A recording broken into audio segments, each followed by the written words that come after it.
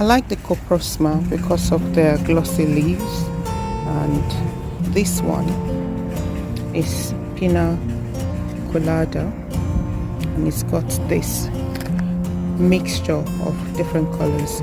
It says that it's a dwarf one, which is really good. They are all evergreen, but I found that you need to look after them. Be careful with them in the winter months.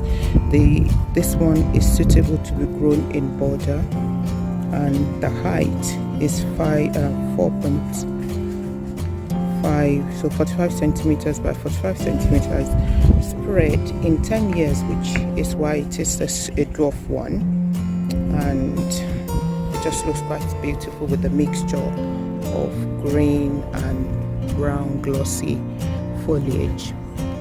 I think I had a smaller one of it, but I lost it, so I may be acquiring one on my trip to the garden center today.